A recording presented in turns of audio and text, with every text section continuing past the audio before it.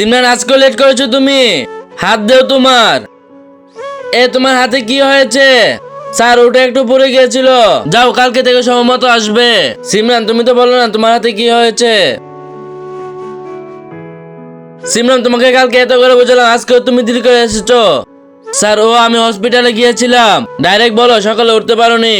হাত দেও তোমার। চলে যাও। তুমি সময় মতো কেন আসোনি? আরে লাঞ্চের সময় হয়ে গেছে। কিন্তু তুমি কি নিয়ে এসেছো লাঞ্চে? কি তোমার মা তোমাকে শুধু রুটি দিয়েছে, তাও আবার পোড়া রুটি? সিমরান তোমার উপরে এই লাঠি আর কাজ করবে না। কিন্তু কেন স্যার? আমি জেনে গিয়েছি তুমি কেন দেরি করে আসো। আজকে দেখবো কারা শয়তানকে হারিয়ে আল্লাহকে ভালোবাসে। যারা আল্লাহকে ভালোবাসেন এই ভিডিওতে একটি লাইক দিয়ে চ্যানেলটি সাবস্ক্রাইব করে দেন। শয়তানকে ভালোবাসলে লাইক সাবস্ক্রাইব করতে হবে না।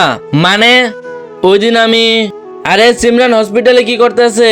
ডাক্তার এই দুজনকে, দুজন ভাই বোন। কিছুদিন আগে ওর ভাই হঠাৎ করে অসুস্থ হয়ে পড়ে, আর খুঁজে পেয়েছি ওর হার্টে সমস্যা হয়েছে। তারপর প্রতিদিন সকালে ওর জন্য খাবার নিয়ে আসে।